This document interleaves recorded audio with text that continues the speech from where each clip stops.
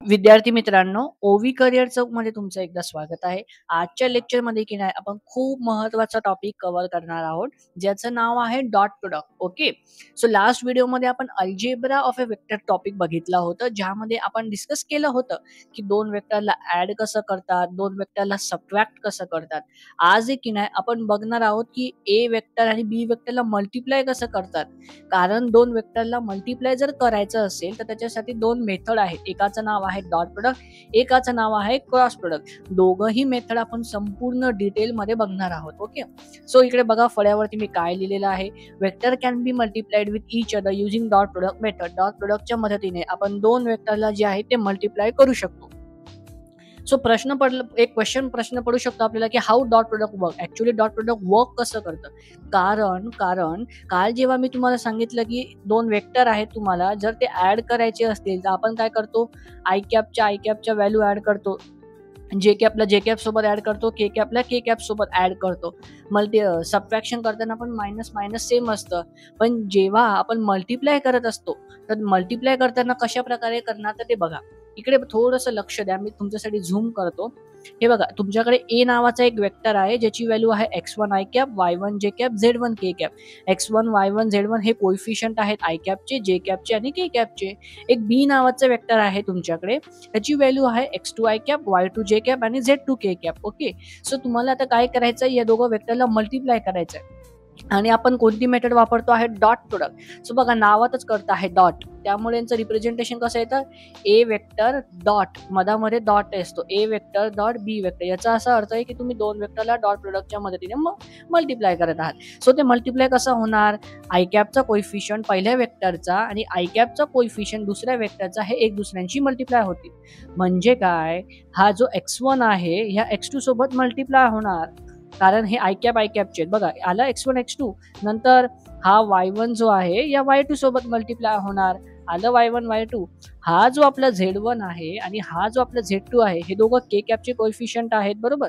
So हे दोघं एक दुसऱ्यांशी मल्टिप्लाय होणार, मग ते आलं z1 z2 आणि सर्वांना मग नंतर ऍड करायचं. त्यामुळे कसं करायचं आता मल्टिप्लिकेशन, आय कॅपच्या व्हॅल्यूला आय कॅप सोबत मल्टिप्लाय करायचं, जे कॅपच्या व्हॅल्यूला जे कॅप सोबत मल्टिप्लाय करायचं आणि के कॅपचे जे कोएफिशियंट असतील दोन वेक्टरचे त्यांना एक दुसऱ्यांसोबत मल्टिप्लाय करायचं आणि शेवटला सगळ्यांचं रिझल्ट ऍड करायचं. ठीक आहे. सो हे झालं आपलं डॉट प्रोडक्टचा फॉर्म्युला असं लक्षात ठेवू शकता तुम्ही. याच्याबद्दल काही रिझल्ट आहेत जे तुम्हाला लक्षात ठेवायचे आहेत. Dot product of any two vector result in a scalar quantity.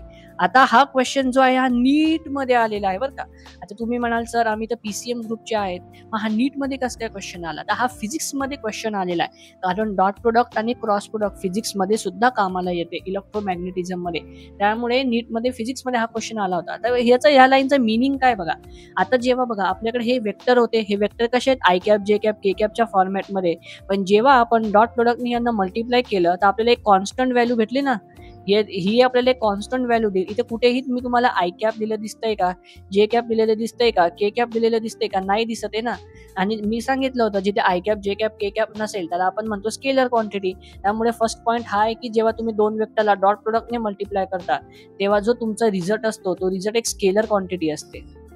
ही एक प्रॉपर्टी लक्षात ठेवायची. आणि सेकंड प्रॉपर्टी जी ऑलरेडी आपण डिस्कस केली की तुमच्याकडे ए वेक्टर आणि ए आणि बी हे दोन वेक्टर असतील तर त्यांचं मल्टिप्लिकेशन ए डॉट बी ने आपण डिनोट करतो. ओके. सो आता मी एक्सपेक्ट करतोय की एवढं सगळं तुम्हाला कळालं असेल. आता डायरेक्टली आपण एक्झाम्पलवर जाऊयात. थोडंसं मला बोलण्याचा प्रॉब्लेम म्हणजे बोबडा आहे मी, बट स्टील समजून घ्या. आता बघा आपल्याला काय करायचं आहे मध्ये, ह्या क्वेश्चन मध्ये आपल्याला एक ए नावाचा वेक्टर दिलेला आहे, आपल्याला एक बी नावाचा पण वेक्टर दिलेला आहे. आपल्याला काय करायचं आहे स्टुडंट्स, आपल्याला ह्या दोघं वेक्टर्सला मल्टिप्लाय करायचं आहे. ओके. सो आपण सर्वात अगोदर काय करणार, ह्या दोन वेक्टरला तर एकदम छानपैकी लिहून घेणार. तर बघा मी इकडे ए वेक्टरची व्हॅल्यू लिहितो, ती किती आली, 2 आय कॅप प्लस 3 जे कॅप. बी वेक्टरची व्हॅल्यू काय दिलेली आहे, इकडे दिलेली आहे मायनस आय कॅप प्लस 4 जे कॅप. आता आपल्याला काय करायचं आहे, आपल्याला ए डॉट बी काढायचं आहे, बरोबर. सो ए डॉट बी ला कसं रिप्रेझेंट करणार, ए वेक्टर डॉट बी वेक्टर. सो हे मल्टिप्लाय कसे होणार, मल्टिप्लाय करताना आय कॅप बघा, इथे आय कॅप सापडला, इथे पण आय कॅप सापडला. इथं व्हॅल्यू काय आहे 2, इथे व्हॅल्यू काय आहे मायनस, म्हणजे -1. म्हणजे हे ना 2 × -1 प्लस इथं जे कॅप बघा, इथं जे कॅप आहे, इथे पण जे कॅप आहे, इथं व्हॅल्यू आहे 3, इथे व्हॅल्यू आहे 4. मध्ये दोघांना मल्टिप्लाय करा, ते आलं 3 × 4 म्हणजे हे किती आलं -2 + 12. याची व्हॅल्यू किती आली, याची व्हॅल्यू आली 10. अशा प्रकारे तुम्ही दोन वेक्टरला मल्टिप्लाय करा. आय कॅपच्या व्हॅल्यूला आय कॅप सोबत मल्टिप्लाय करा, जे कॅपची व्हॅल्यूला जे कॅप सोबत मल्टिप्लाय करा.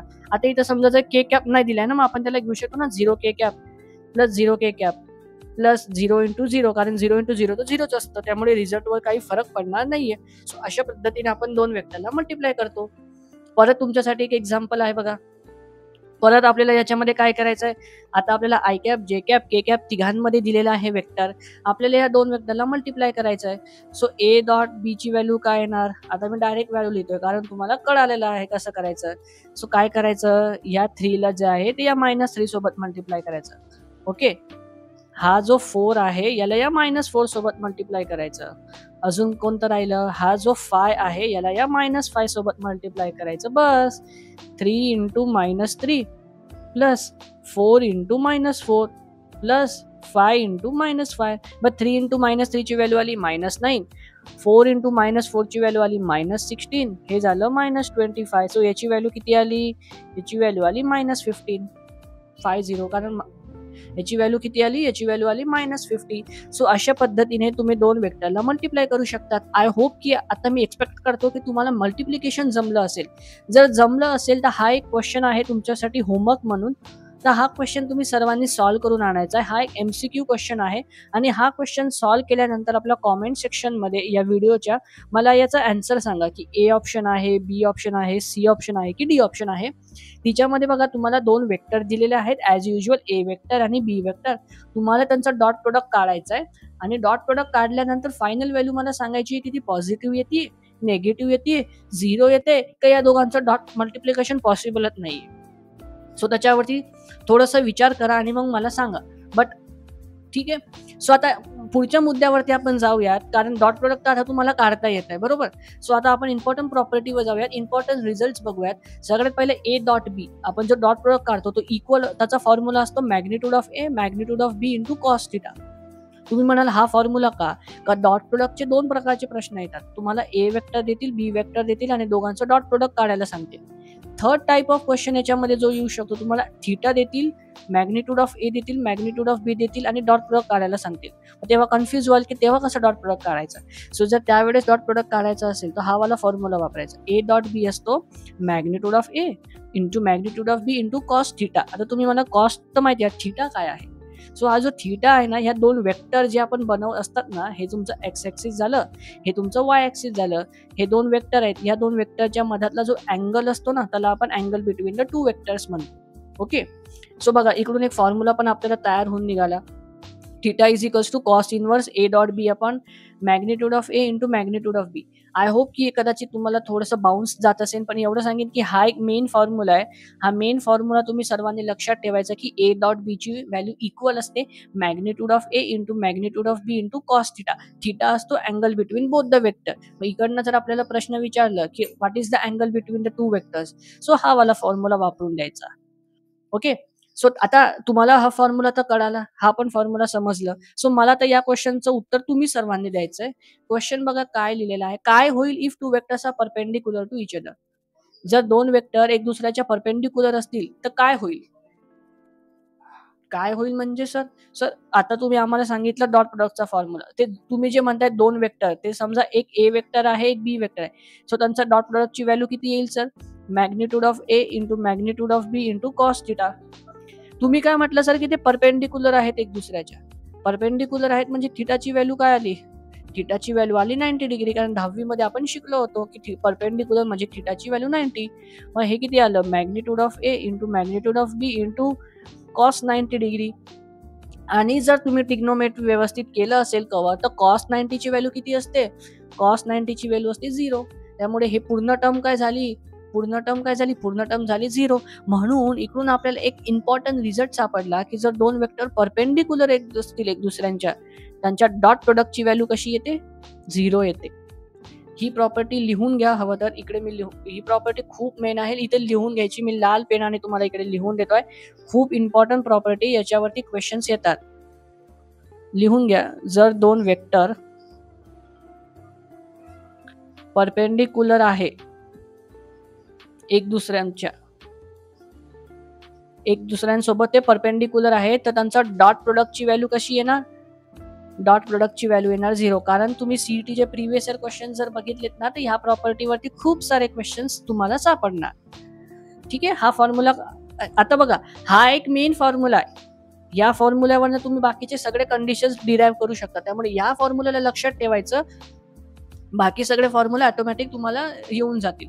आणि दुसरं रिझल्ट जे तुम्हाला लक्षात ठेवायचं आहे ते म्हणजे हे आय डॉट आय ची व्हॅल्यू असते 1. म्हणजे आय कॅपला आय कॅप सोबत मल्टिप्लाय केलं तर व्हॅल्यू भेटते 1.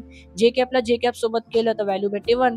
के कॅपला के कॅप सोबत केलं तर व्हॅल्यू भेटते 1. पण जर तुम्ही आय कॅपला आणि जे कॅपला मल्टिप्लाय केलं तर व्हॅल्यू भेटते 0. हे मी प्रूव्ह करून देऊ शकतो. आपण काय शिकलो होतो? आय कॅप म्हणजे काय असतं? X axis. जे कॅप काय असतं? Y axis. मग मला सांगा, एक्स ऍक्सिस असं असतं, वाय ऍक्सिस असं असतं. दोघांमध्ये अँगल किती बनतोय? अँगल बनतोय ना 90चा. परपेंडिक्युलर आहेत ना, आणि मग परपेंडिक्युलर असल्यावर डॉट प्रोडक्ट 0 असतं. म्हणून आय डॉट जे ची व्हॅल्यू 0, आय डॉट के ची पण व्हॅल्यू 0. फक्त एवढं लक्षात ठेवा, आय डॉट आय ची व्हॅल्यू 1, जे डॉट जे ची व्हॅल्यू 1, के डॉट के ची व्हॅल्यू 1. बाकी सगळ्यांची व्हॅल्यू 0च असणार. कशी 0 असणार? कारण एक दुसऱ्यांच्या परपेंडिक्युलर आहे ते. हा रिझल्ट पण कामाला येतो बरं का. सो एमसीक्यू मध्ये हे विचारलं जाऊ शकतं. त्यामुळे तुम्हाला हे सुद्धा कव्हर करणं तितकंच महत्वाचं आहे. आता प्रॉपर्टीचं खूप सारे डिस्कस केले आपण. आता थोडेसे क्वेश्चन्स बघूयात, म्हणजे ऍक्च्युली तुम्हाला कळेल की फॉर्म्युला कसा लक्षात ठेवायचा आणि त्याचं ऍप्लिकेशन काय आहे. आता हा वाला क्वेश्चन व्यवस्थित बघा, तुम्हाला स्क्रीनवरती दिसत असेल. हे 2 वेक्टर आहेत समजा तुमच्याकडे, ए वेक्टर आणि बी वेक्टर. ओके, तुम्हाला ए वेक्टरचं मॅग्निट्यूड किती दिलेलं आहे? √6 बरं का. आणि बी वेक्टरचं मॅग्निट्यूड किती दिलेलं आहे? √3 दिलेलं आहे. आणि म्हटलेलं आहे की 2 वेक्टरच्या मध्ये अँगल आहे 60 डिग्रीचा. 2 वेक्टरच्या मधात अँगल आहे 60 डिग्रीचा. सो तुम्हाला काढायचं आहे त्यांचा डॉट प्रोडक्ट. आता तुम्ही जर का तो मागाशी मी जो फॉर्म्युला सांगितला, जर तो तुम्ही नसेल समजून घेतला, तर आता तुम्ही म्हणाल की सर तुम्ही डॉट प्रोडक्ट काढायला आम्हाला शिकवलंय, पण डॉट प्रोडक्ट मध्ये तुम्ही सांगितलं होतं की आय कॅपला आय कॅप सोबत मल्टिप्लाय करायचं, जे कॅपला जे कॅप सोबत करायचं, के कॅपला के कॅप सोबत करायचं. पण इथं तर असं काहीच दिलं नाहीये. मग इथे आपण सेकंड वाला फॉर्म्युला वापरणार. काय आपला सेकंड वाला formula? A dot B equal असतं magnitude of A into magnitude of B into cos theta. हा वाला फॉर्म्युला मी वापरणार. मॅग्निट्यूड ऑफ ए ची व्हॅल्यू किती दिलेली आहे मला? √6. मॅग्निट्यूड ऑफ बी ची व्हॅल्यू किती दिलेली आहे मला? √3. आणि थिटाची व्हॅल्यू काय दिलेली आहे? Cos 60 degree. बस सर, आता मला फक्त हे मॅथमॅटिकल इक्वेशन जे आहे ते सॉल्व्ह करायचं आहे. √6 ला मी असं लिहू शकतो का? √3 इंटू √2. हो सर, मी लिहू शकतो. का लिहितोय ते पुढे करेल तुम्हाला. हे √3 आज झालं. कॉस 60 ची व्हॅल्यू असते 1/2. कॉस 60 ची व्हॅल्यू आली 1/2. आता बघा, हे √3 इंटू हे √3 ते झालं 3. 3 इंटू √2 अपॉन 2. म्हणजे ए डॉट बी ची व्हॅल्यू काय आली? 3√2 अपॉन 2. सो अशा प्रकारे तुम्हाला जर डॉट प्रोडक्ट काढायचं असेल अँगल दिलेले असताना, सो हा वाला फॉर्म्युला तुम्हाला वापरावा लागेल. आय होप की हा वाला जो फॉर्म्युला आहे त्याचा तुम्हाला ते बेस्ट वे मध्ये समजलेला आहे. त्याचा एक आपण एक्झाम्पल पण सॉल्व्ह केलेला आहे. ओके,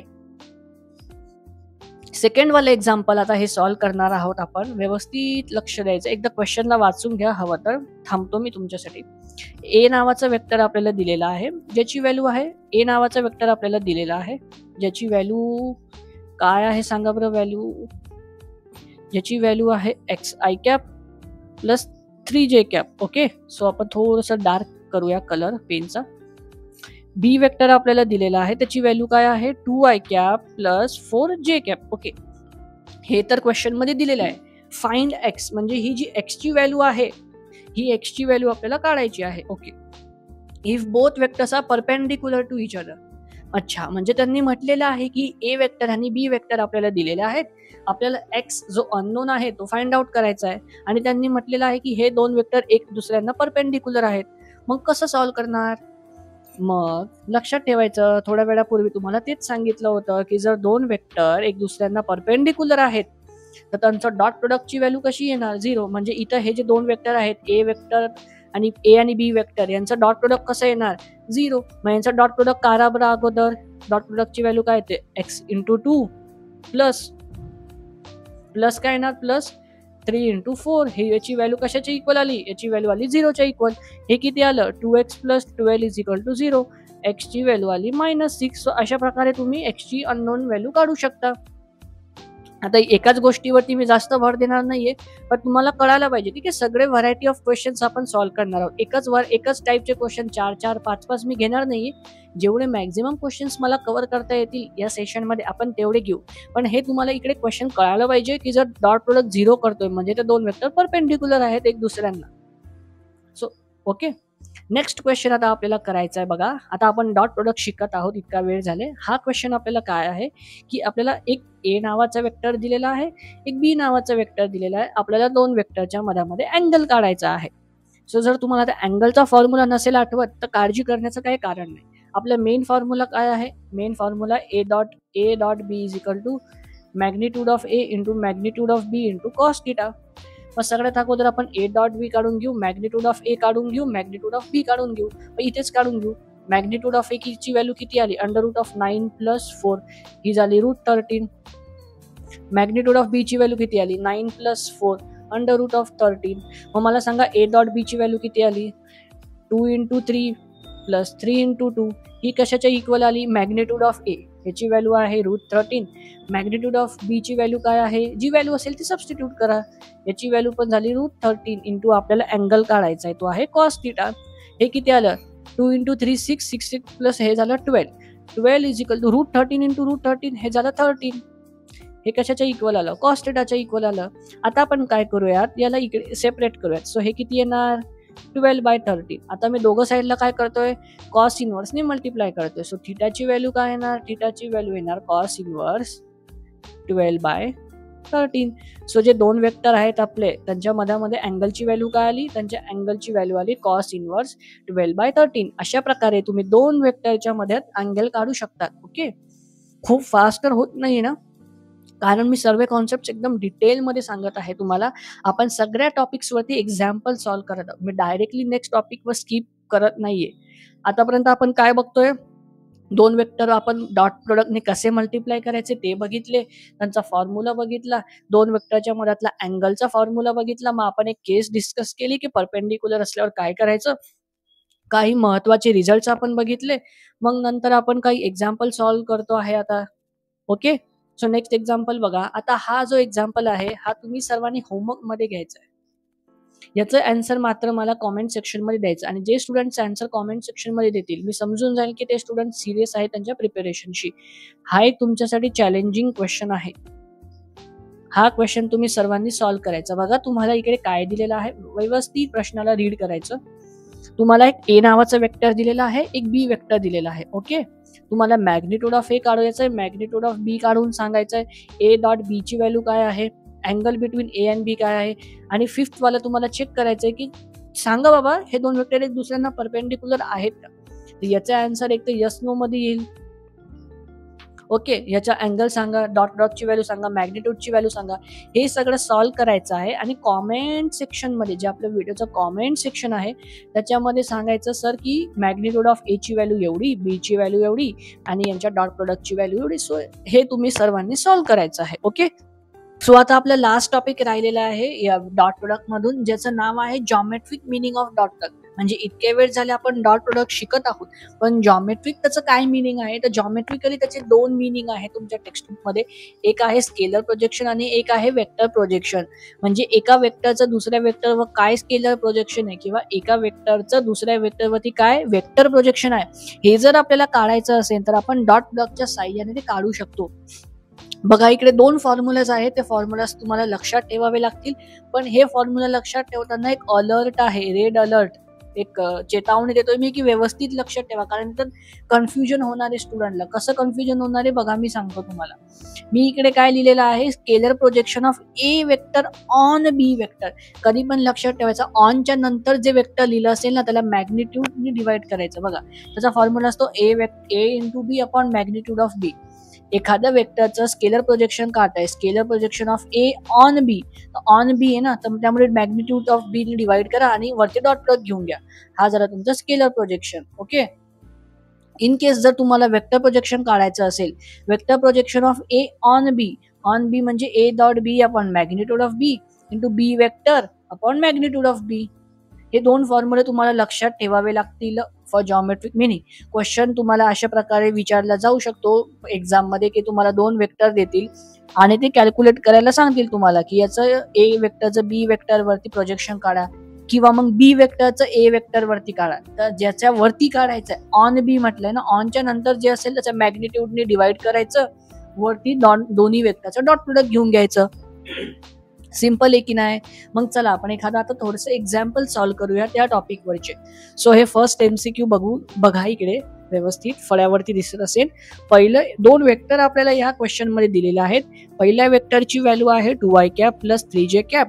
सेकंड वेक्टरची आपल्याला व्हॅल्यू दिलेली आहे i cap plus j cap. आपल्याला काय करायला सांगितलं आहे त्यांनी, प्रोजेक्शन ऑफ ए ऑन बी. इथे कुठेच मेन्शन नाहीये की डॉट प्रोडक्टचा यूज करा, पण बाय डिफॉल्ट आपण डॉट प्रोडक्टच वापरणार कारण प्रोजेक्शन म्हटलं की डॉट प्रोडक्ट येणार. ओके, सो प्रोजेक्शन कशावरती काढायचंय, ए ऑन बी. ऑनच्या नंतर जे असेल त्याच्या मॅग्निट्यूडने डिवाइड करा, वरती काय करा दोघांचा डॉट प्रोडक्ट घेऊन घ्या. म्हणजे याचा फॉर्म्युला काय झाला, A dot B upon magnitude of B. मग मला सांगा ए डॉट बी ची व्हॅल्यू काय आली, डॉट प्रोडक्ट कसं घ्यायचं आता आपण शिकलो आहे, खूप प्रॅक्टिस केली. 2 × 1 प्लस 3 × 1. याची व्हॅल्यू किती आली फ्रेंड्स, याची व्हॅल्यू आपण कॅल्क्युलेट केल्यावर आली 5. मग मॅग्निट्यूड ऑफ बी ची व्हॅल्यू सांगा बरं किती आली, मॅग्निट्यूड ऑफ बी ची व्हॅल्यू आली √2. मग इथं व्हॅल्यू जर सबस्टिट्यूट केली तर ए डॉट बी ची व्हॅल्यू आली 5, मॅग्निट्यूड ऑफ बी ची व्हॅल्यू आली √2. त्यामुळे प्रोजेक्शन ऑफ ए ऑन बी ची व्हॅल्यू काय आली, 5/√2 युनिट्स. ओके, सो अशा प्रकारे तुम्ही कोणत्याही 2 वेक्टरचं एक दुसऱ्यांवरती प्रोजेक्शन काढू शकतात. ओके, सो कळालं की नाही सर्वांना. आपण अजून एक क्वेश्चन आहे, पण इकडे क्वेश्चन मध्ये थोडंसं ट्विस्ट आहे. लास्ट क्वेश्चन मध्ये आपण काय केलं होतं बघा, projection of A on B काढलं होतं ना.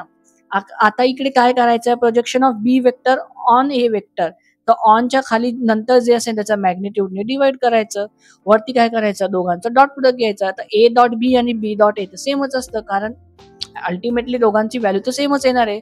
मग ए डॉट बी ची व्हॅल्यू काय येणार, ए डॉट बी ची व्हॅल्यू परत येणार 5. पण आता इथे आपल्याला मॅग्निट्यूड ऑफ ए काढावा लागणार आहे, त्याची व्हॅल्यू येणार 9 + 4 √13. त्यामुळे प्रोजेक्शन ऑफ बी ऑन ए ची व्हॅल्यू झाली ही, याची व्हॅल्यू काय आली 5 अपॉन सबस्टिट्यूट करा मॅग्निट्यूड ऑफ ए ला √13 so projection of be on A is 5/√13 and A on B is 5/√2. बघा A on B आणि B on A चा आन्सर सेम नसतं, आन्सर वेगवेगळे युनिक असतं, आन्सर डिफरंट असतं. सो हे कळालं असेल तुम्हाला सर्वांना की प्रोजेक्शन कसं काढायचं, A vector on B vector, B vector on A vector. So यासाठी मी तुम्हाला एक होमवर्क क्वेश्चन देत आहे आणि हा जो आपला टॉपिक आहे डॉट प्रोडक्ट थोडंसं आवाज जरा वेगळा येत असेल माझा, कारण खूप जास्त कफ मला झालेला आहे, त्यामुळे कदाचित नुसतं श्वास घेताना असं व्हॉइस वगैरे येऊ शकतो, त्यासाठी सॉरी, बट हेल्थ इश्यूज आहेत. बघा टॉपिक वरती या, ते मी एक होमवर्क क्वेश्चन देत आहे तुम्हाला. याच्यामध्ये तुम्हाला ए वेक्टर बी वेक्टर दिलेले आहेत बरं का. तुम्हाला मॅग्निट्यूड ऑफ ए काढायचं आहे, मॅग्निट्यूड ऑफ बी काढायचा आहे, ए डॉट बी काढायचा आहे, दोघांच्या वेक्टर मधला अँगल काढायचा आहे, प्रोजेक्शन ऑफ ए ऑन बी काढायचं आहे, स्केलर प्रोजेक्शन पण काढायचं आहे आणि 2 प्रोजेक्शन काढायचे आहेत. एक स्केलर प्रोजेक्शन तुम्हाला काढायचंय आणि दुसरा म्हणजे वेक्टर प्रोजेक्शन तुम्हाला कॅल्क्युलेट करायचंय. मी काढायचंय म्हणतो म्हणजे कॅल्क्युलेट करायचं म्हणतोय. ओके, सो हा एक क्वेश्चन जर तुम्ही सॉल्व्ह केलं ना, सो तुमचं डॉट प्रोडक्टचे जेवढे सगळे कॉन्सेप्ट आहेत ते सर्व कॉन्सेप्ट कव्हर होऊन जातील या सिंगल क्वेश्चन मधून. कारण आपण जे डॉट प्रोडक्ट बद्दल शिकलो तो मोर दॅन सफिशियंट आहे, कारण एक्झाम्स मध्ये येणारे सर्व क्वेश्चन आपण शिकलेल्या टॉपिक, आपण लर्न केलेल्या टॉपिक्स पैकीच असणार आहेत. सो त्यामुळे ह्या व्हिडिओला तुम्ही संपूर्ण बघितलं त्याबद्दल मी तर तुमचं थँक्यू म्हणतोच आहे, आभार तर व्यक्तच करतोय. आता तुम्ही काय करायचं आहे, आपल्या टेक्स्टबुक मध्ये जेवढे सगळे क्वेश्चन्स आहेत डॉट प्रोडक्टच्या संबंधात, डॉट प्रोडक्टचे कॉन्सेप्ट वापरलेले जेवढे सगळे क्वेश्चन्स तुम्हाला सापडतील ते सर्व क्वेश्चन्स तुम्हाला स्वतःहून सोडवायचे आहेत, न बघता. म्हणजे इकडून गुगलवरनं किंवा कोणता डायजेस्ट गाईड स्टडी मटेरियलचा रेफरन्स नाही घ्यायचा, स्वतःहून क्वेश्चन सॉल्व्ह करा. एखादा क्वेश्चन जर तुम्हाला कुठे डाऊट वाटत असेल, सो माझे हँड रिटन नोट्स तर तुमच्याकडे अवेलेबल आहेतच, सो तिकडनं तुम्ही सोल्युशन रिफर करू शकता. पण फर्स्ट टाइम जर सोडवत असाल तर माझे पण सोल्युशन रिफर करू नका, आधी स्वतःहून सोडवा. सो मी एक्सपेक्ट करतो, अशी गणपती बाप्पाकडे प्रार्थना करतो की तुम्हाला सर्वांना डॉट प्रोडक्ट एकदम छान समजला असेल. अजून यावरती तुम्हाला आता कन्फ्युजन नसणार आहे. नेक्स्ट व्हिडिओमध्ये आपण बघू क्रॉस प्रोडक्ट. मी काय स्टार्टिंगलाच सांगितलं होतं की 2 वेक्टरला मल्टिप्लाय करायचं असेल तर डॉट प्रोडक्टनी पण करू शकतो, क्रॉस प्रोडक्टनी पण करू शकतो. डॉट प्रोडक्ट संपूर्ण झालं. नेक्स्ट व्हिडिओमध्ये आपण बघू क्रॉस प्रोडक्ट पण पूर्ण सांगणार. ओके, या व्हिडिओला बघितल्याबद्दल सर्व मान्यवरांचे व व्ह्यूअरचे धन्यवाद.